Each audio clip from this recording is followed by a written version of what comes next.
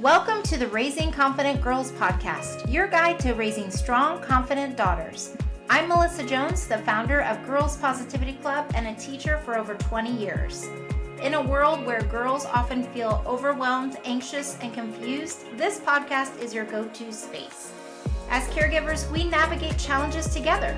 I founded Girls Positivity Club to provide a place where you belong and get the tools to face today's hurdles. Consider this your regular check-in with a trusted friend, offering insights and practical tips for meaningful conversations. I'm here to help you feel confident on this journey of raising a generation of empowered girls. Let's dive in and raise those confident girls together. Hi, everybody. Welcome back to Raising Confident Girls. I'm Melissa, and I am happy that you're here today with me. And I always say I'm grateful whether it's your first time or whether you've listened to every episode.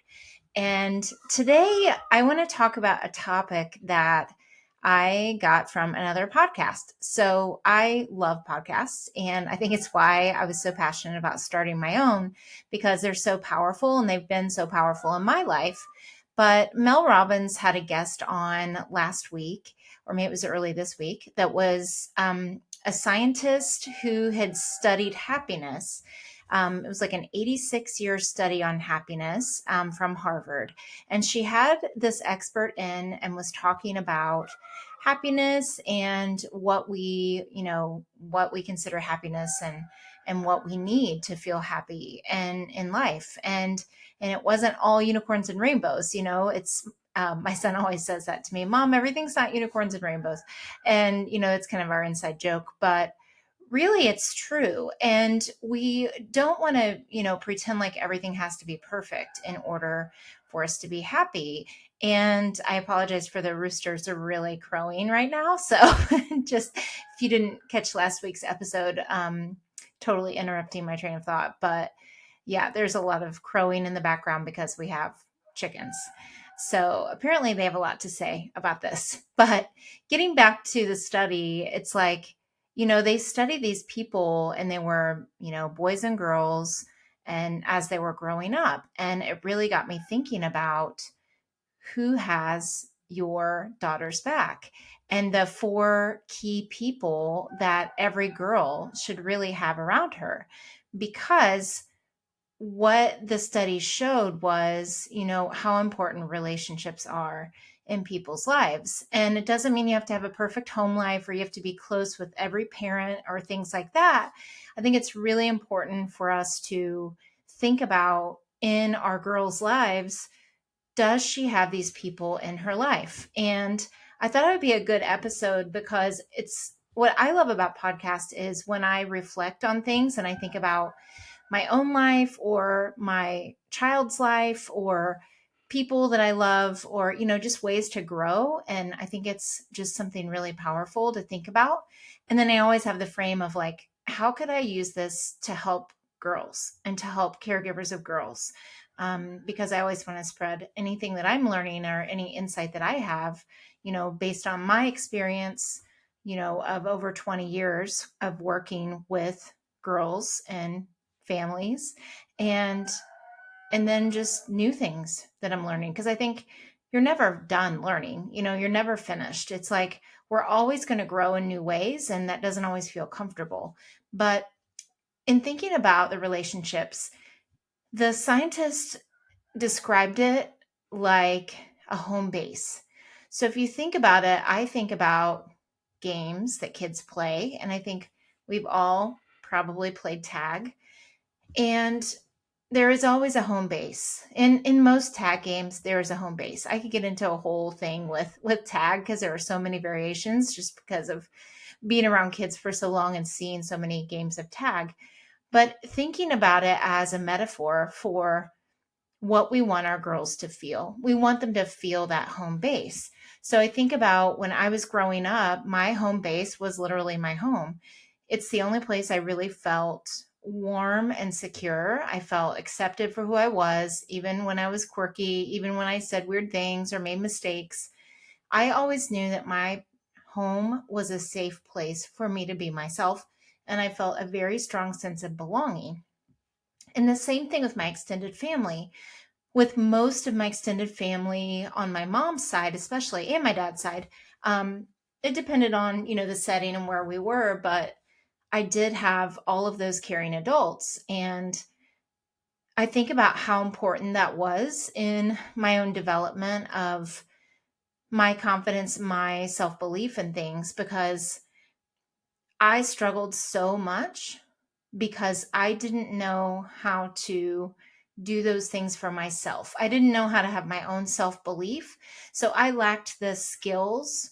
And my mom didn't really know how to teach me all the things. Yes, of course, she taught me things, and I'm so grateful for that. And so did other people in my life. But I really didn't have the knowledge or anyone guiding me on how to do that until I got to that dark place, and even though I talked to my parents all the time, what was missing was that I was having that internal chaos because I felt so chaotic at school internally, and that came out in like me crying a lot and not knowing how to express it or how to get help at school for knowing how to fit in, or knowing, not necessarily fitting in, but knowing that I could be myself and be accepted. There weren't very many safe people. I always felt kind of judged or left out. And I think that I know that that's why I'm so passionate about what I do in Girls Positivity Club, because I want to give the girls those tools so that, yes, they have a home base at home and they have those people around them who are supporting them, and also a place outside the home where they can belong after school and they can learn the skills and the tools that parents can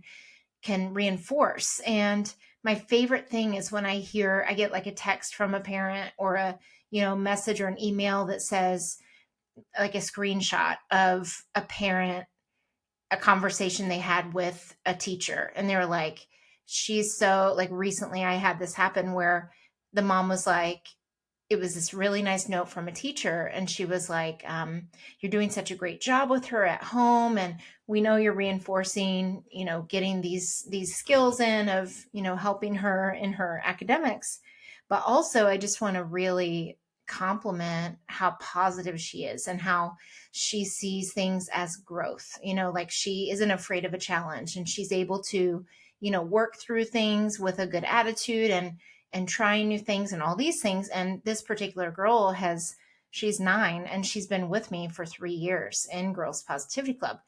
And it's not that I think I have done this only for her, like I'm the reason, but it's the combination, the organization and what we do, and why I develop these activities for the girls, and really teaching them how to work through hard things in a way that's really practical and understandable for kids. And the mom's intention was like, oh my gosh, thank you for being my partner. She's like, I know it's not all us. You've had such a huge impact on her. And it's what she's taking away from what you do. And because I am one of those 4 people for her daughter. And that's like the biggest compliment you can ever receive. And in being that partner, because I think we all would like to say, no, I want to be all those things for the girls in my life. I want to be all the things that she ever needs. And what I think is really tricky about thinking that way, and can be damaging, is like, we can't be all things to all people. And they do need other people pouring into them. And it is, as they say, like raising a village. Like, we need different people in our lives to help us through these things so that they don't go down dark paths. Like, I didn't have the tools internally, so I had that internal chaos myself. And so my mom, even though she was a very safe person for me and one of those 4 people, knew how to listen to me and give me emotionally what I needed. But then there was also a lack in knowing how to give me the tools to know what to do beyond her own experience. And I don't think that's her fault or anybody's fault. It's just that we all come from things from different perspectives. And it wasn't until I was on the edge of the bed with a gun in my hand that my mom realized how internally chaotic I had gotten from the age of 7 to 15. For 8 years, I just struggled and didn't know how to handle it. And it's not like I never participated in sports, or I never was in dance classes, or I never was in Girl Scouts, or I never was in blah blah blah. I was in all of it. I was in all of these things, but there was missing that feeling of community, that true acceptance of who I was. Because in those settings where I went to school or where I was in these groups, either sports or whatever, you were only treated like you belonged if you were good at the thing.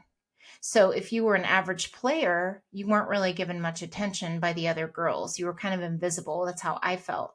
And they kind of looked down on you if you weren't very good. And I tried hard, but my family kind of jokes about like, yeah, we're not surprised you weren't athletic, but that's okay. Not everybody has to be on a team. There's value in being part of the team.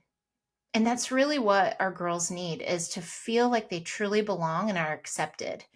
And I think we can really have this misunderstanding of like, oh, well, she's in these certain things, so she's fine. And like thinking that they naturally have these skills, and they really have to be taught, and you really have to have conversations and know how to bring these things out in her, and continuing to nurture and put her in places where she can learn these things. And that's why I'm so passionate about what I do.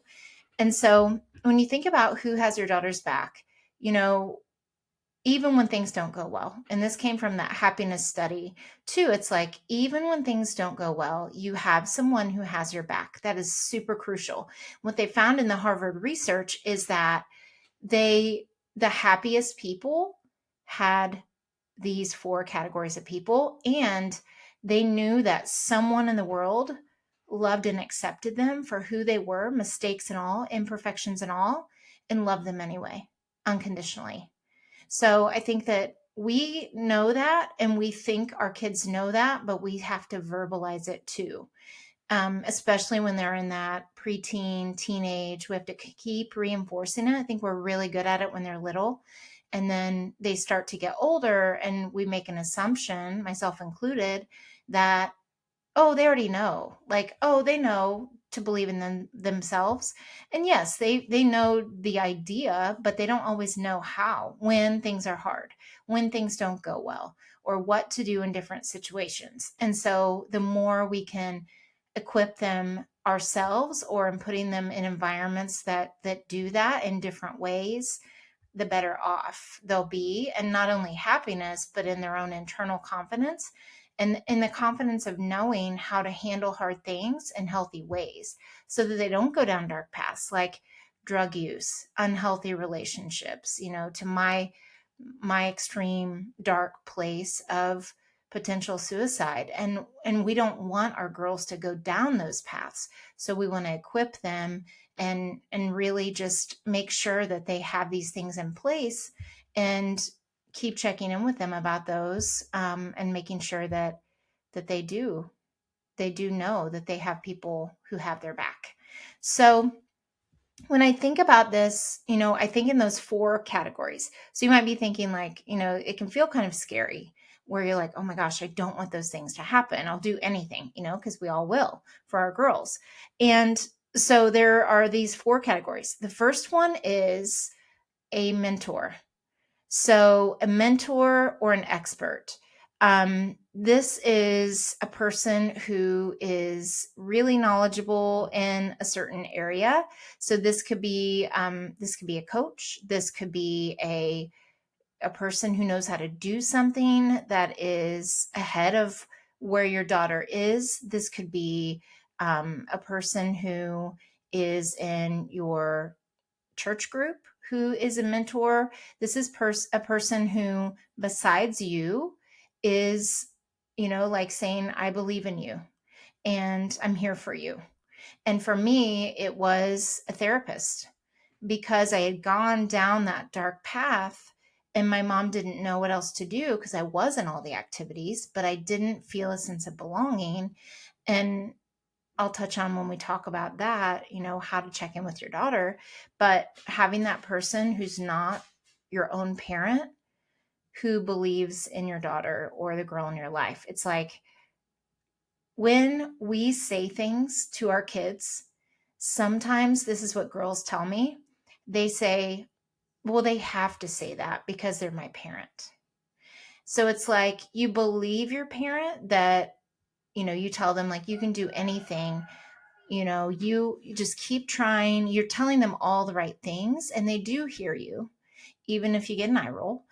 But what really is impactful is not only hearing that from you, but hearing that from a mentor, someone who they look up to and who they are, it's a good role model. This is a person who has solid, values and is a good positive influence on your daughter. And this could be something that someone that they know personally and they go to. So again, this could be a coach, this could be a leader in some way. I consider Girls Positivity Club leaders to be mentors. I'm a mentor. There are a lot of different types of mentors you can have. And I also think, as much as this might sound crazy, there can also be good social media mentors. Now, yes, there are the people that are, not the right fit, or you're like, oh my gosh, really? You want my daughter to watch someone online? There are really good people out there. And there are some influencers that the girls have told me about. I don't have their names at the top of mind, but that talk about positive things. Like there's one girl on TikTok, she's a teen, and she talks about body positivity. And a lot of my girls followed her, and she didn't have quote unquote a perfect body, but she talked about how she still felt beautiful, and it was still good to be herself and not feel held back by that. And there are lots of others, but I think having those conversations with like, who are they following online, and having them show you. And if it's a person who's doing sexy dances and that's all they're doing, and you start to see your daughter do those things, it's like, okay, that needs a conversation. Or I think you might be surprised. Sometimes they watch artists online, especially a lot of my girls who are very artistic and they have an interest in that. They watch YouTube videos of artists, of how to do things and how to draw certain things. They follow those kind of people and of where their interests are. Or if they're an athlete, they might have a certain player that they look up to, especially if they're female, and they follow them and they learn about their life and they watch them. And so it's like being in touch with, who is she following if she's on social media, and how is it making her feel, and asking her like, what do you learn from this mentor? And if it's the dance person, and I'm not saying, I follow dance people, but they're funny or they're lighthearted, and I was a dancer, so I like following dancers, and they don't ever make me feel bad. So I think there can also be kind of a stereotype with, oh, all the dance videos on TikTok are bad or Instagram are bad. It's like, no, it's who you follow, and it's muting or deleting the ones that don't make you feel good, and maybe aren't the best role model. And I think as caregivers and parents of girls, we need to pay close attention to who they are following and have conversations about it and be interested, instead of just shutting it down all the time and being like, you're on your phone too much, or you're deleting that app because you're on it too much. I've definitely done that too, but because I never say I'm a perfect parent. Like I've always done, I've done all the things pretty much. And it's like, no, have a conversation with them. Like, you might be surprised by what they say. Same thing with experts. Like I said, artists, musicians. Musicians are great to follow. They learn about their lives, they learn about their process, especially if they're singers. Or there's like a voice coach that's really cool online, and she works with teens and she does voice exercises with them. She's really cool. I can't think of her name, but she has Rubik's Cube earrings all the time. And she has these like voice exercises. I didn't follow her because I'm not a singer and it wasn't really my thing, because I don't really want to be. But I thought, oh my gosh, for people who want to improve their vocals, like what a great person to follow. And she was very positive. So those good people are out there. We just have to show them to our daughters. The second group, of course, and which is I think the number one on our minds, is you as the parent. They need a warm adult in their lives. They need someone to say things like, and this comes from Dr. Becky, I believe you. when they tell us things. It's like there's this like knee jerk reaction of wanting to like react to something if we don't approve of what they tell us. But in my mind, I always think, okay, don't say anything, just listen. And it's really hard sometimes. And I've definitely broken that rule. But it's like, as a parent, they need a warm parent. They need a person that they can go to. And it really just depends. And maybe it is both of you.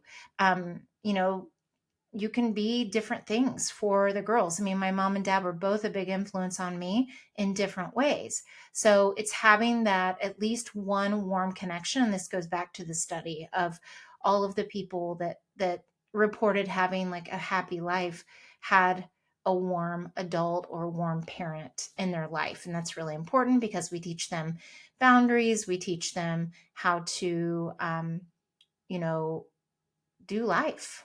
And we don't always do it perfectly, but we have conversations about it with them. And it's not only saying like I believe you, it's also like when they share things with us, saying things that are supportive, like I'm glad you talked to me about this. Or when they're talking, like if you're not sure what they're talking about or you need more information, tell me more. Keep going about this and tell me more. Tell me why you think that. And I think the more we can listen to them before we respond, the more we can understand where they're coming from and what they need. And then we can take action and we can decide how to help them and how to support them through whatever it is, whether it's a good, happy thing that they're sharing that maybe I mean, you maybe didn't even know about. And they're like, oh my gosh, you did that? They maybe stayed behind and helped the teacher. I heard about this from a girl. I didn't even know that she did this. She stayed behind and picked up all the pencils that were on the floor. And she just did it. It was a middle school girl. She just did it really quickly because she noticed. And the teacher was like, I really appreciate you doing that. So it was in a quick conversation that she even shared that. So I think as parents, we can really learn a lot by asking those check-in questions and being that source of the listening ear. And of course, if they want advice, and we always want to give our kids advice, then we can do that. So that's two. Number three is siblings and other family members. This would be extended family. So I had aunts and uncles in my life who were a big influence on me, and even ones that I didn't see all the time, but I would just see them at family gatherings. I just always had a really good relationship, and we either had an interest in common or really it's the ones that asked about my life. And that's what I hear so much from girls too, is from when they talk about their favorite uncle or their favorite aunt, it's usually they're fun, they're funny, they take them to do things, and they ask them about their life. And the girls tell me that they can tell they really care by the way they talk to them. So they don't just tell them, the way that they should be living or whatever. They listen. They hold space for them and they bond. And that really is important. And same thing with the parent relationship. We always want to have those moments of connection. It doesn't have to be whether you're extended family, whether it's a cousin, or whether it's you as the caregiver, the parent. It doesn't have to be hours and hours. It's just those little moments of bonding. Maybe it's going to get an ice cream. Maybe it's going for a walk. Maybe it's you go to Target together and you whatever. So just those little things. And I think about like even my uncle, who I only saw a couple times a year. Whenever he talked to me, he really listened. He looked at me. He wasn't looking around. It wasn't just like a quick, hi, how are you? I really could tell that he cared about my life. And he always ended our conversations with, I'm proud of you, kiddo. And no matter what, I always appreciated that so much because the little times I did see him, he just made me feel really safe and really seen. And I think we can't do that enough for our girls. And then even with cousins, we have those favorite cousins that we hang out with, we play with. It's like being open to new interests and new things. Like my cousin Chad was like a brother to me because I grew up as an only child and he was my kind of like my brother. And so we would play Hot Wheels together or we would ride bikes in different places together that I didn't usually. And it really helped expand my horizons and things. And I knew I could go to him if I needed something. It wasn't like we had deep conversation all the time, but I knew I could go to him if I needed something. And I think he felt the same about me. And then the last group is those after school activities. So, like Girls Positivity Club, that's exactly like I described in the beginning. That's exactly why I do what I do, because I want girls to have a safe community where they can belong, they can get the tools and do fun things. We do creative things, we do artistic things. And we laugh, we dance, we it's great. It's a great place to be. And, that can be an art class, a music class. It can be a team sport.